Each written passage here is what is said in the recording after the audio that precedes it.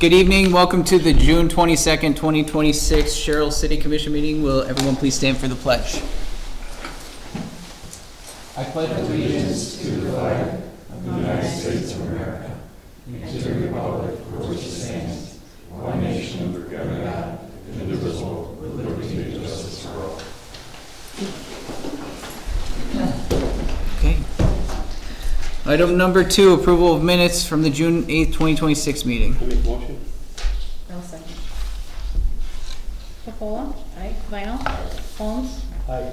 Shea. Aye. Sales. Aye. Item number 3, approval of warrants. In the general fund, it's $94,081.34. Sewer, $11,880.27. Power and light, $234,155.32. And the trust and agency, $2,101.94. I'll second it. Capola. Aye. Vinyl. Aye. Holmes. Aye. Shea. Aye. Sales. Aye. Item number 4, city officials reports, but should we let Keith go first? Sure, yeah. Keith, go. Thank you. It's been a while since I've been in, a couple months. So I have for you 2 different monthly reports. The first one, May. We've started recognizing some of our athletic teams across the county that are Section 3 winners.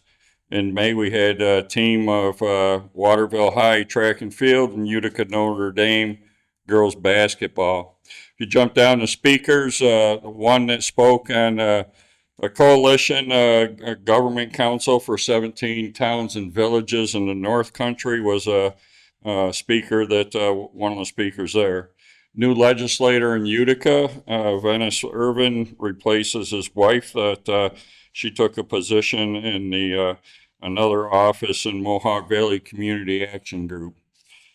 Topic that got the most attention was a docket that came through to approve funding to a warming center in the center of Utica.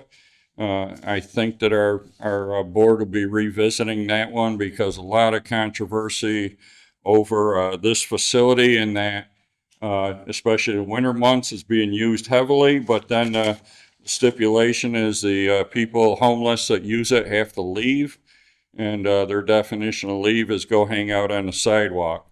So a lot of issues there. A heavy contract, most of it funded through federal and state funds, but I think that it's going to trigger our board to.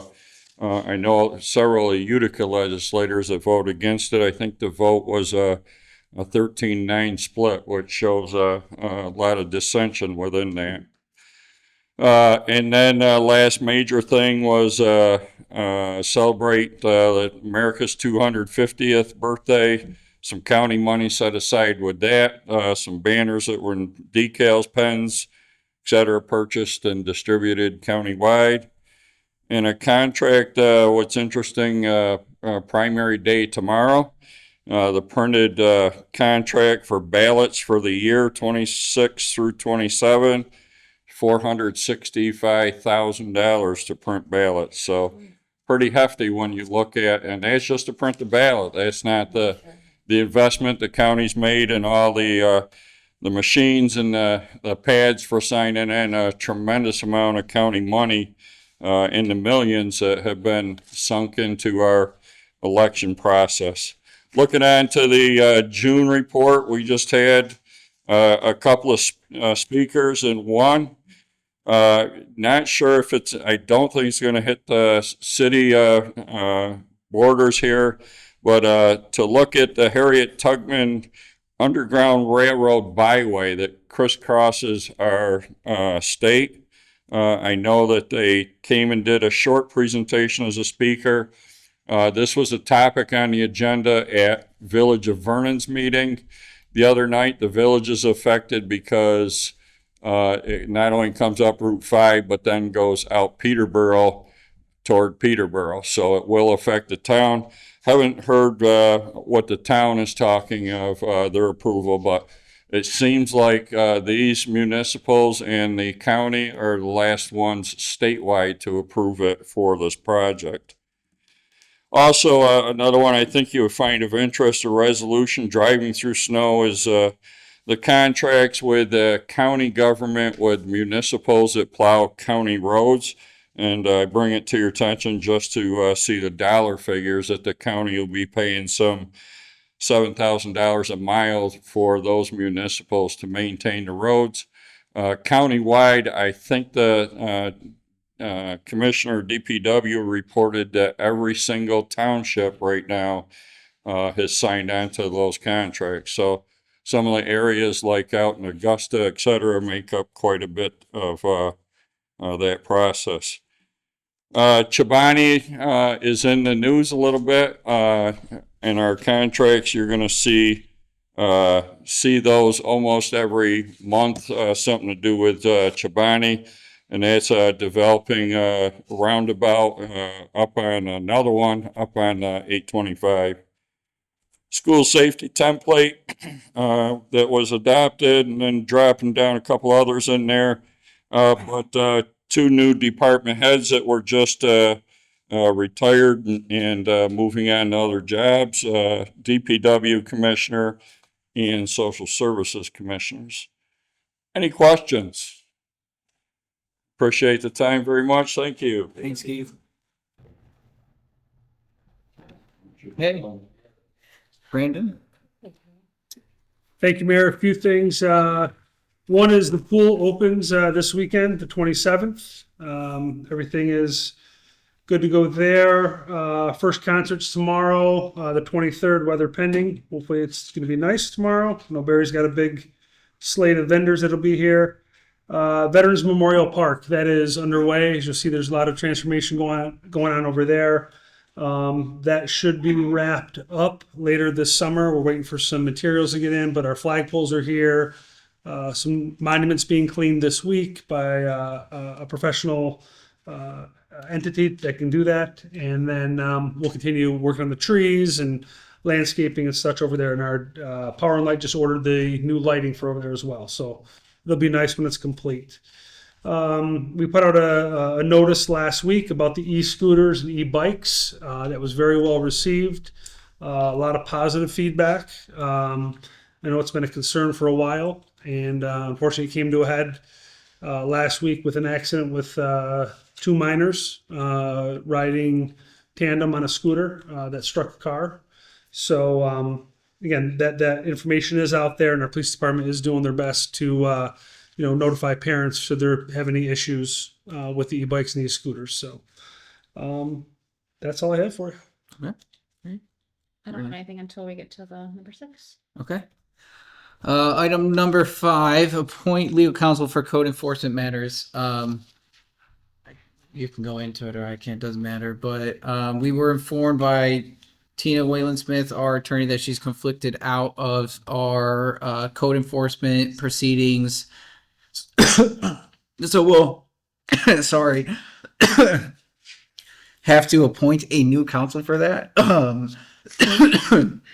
We've reached out to a few people already. The Mark Chico at the Chico Law Firm, Ryan Marquette at Bond, Shenick and King, who we work with for our zoning as well. We ask for hourly rates, their experience and availability to help us with that. Mark Chico's rates are much lower than Bond, Shenick and King, and he's local. So with that being said, hey. Make it watch the meeting. I'll second it. Pacola. Aye. Vinyl. Holmes. Shay, I still gotta get used to Shay. Sales. Hi. Sorry, Mike. Okay. Item number 6, 2026 budget transfer proposals. Okay, so I distributed a few worksheets here for you guys. So I am proposing a couple transfers from contingency from the general fund and the sewer fund to cover some band payments. I discovered this while making our first band payment for the courts. I think last week or the week before. I noticed that in the debt redemption, I attached that to that schedule that's in the budget. That is all correct. like, for example, the Parks Court Rehab Project, you see principal is 60,000, interest is 12,240.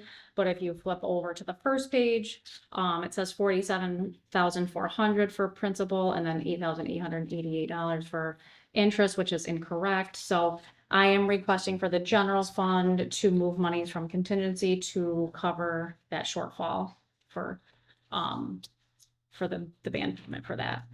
And then also you'll notice on the second page for the sewer fund, same kind of thing in the debt redemption schedule, that is correct. The highlighted EFC 2022 project, that interest is incorrect on the budget by $11,724. So again, requesting monies from contingency to cover the shortfall for the bond interest on the sewer fund. Second. Popola, Aye. Vinyl, Aye. Holmes, Aye. Shay, Aye. Sales. Aye. Item number 7, public comment. If you wish to address the commission tonight, please stand up and state your name and address.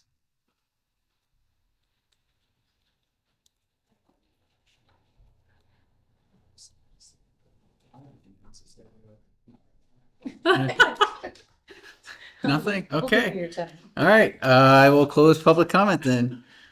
Item number 8, other commissioners' reports. Commissioner Paccola. Well, I just wanted to introduce my boys. This is Adam, Owen, and Omar. They're staying with me this summer. They're Sherrill Silversmiths, and they were interested to see how the city runs. So I didn't think they would actually come down, but they did. So if you can, come down to a home game soon. The schedule's on basically all over social media. And since my friends in the legal age, they were allowed rather, Talk about city stuff and I think they're also very hungry and want me to get home soon so I can make them some food too.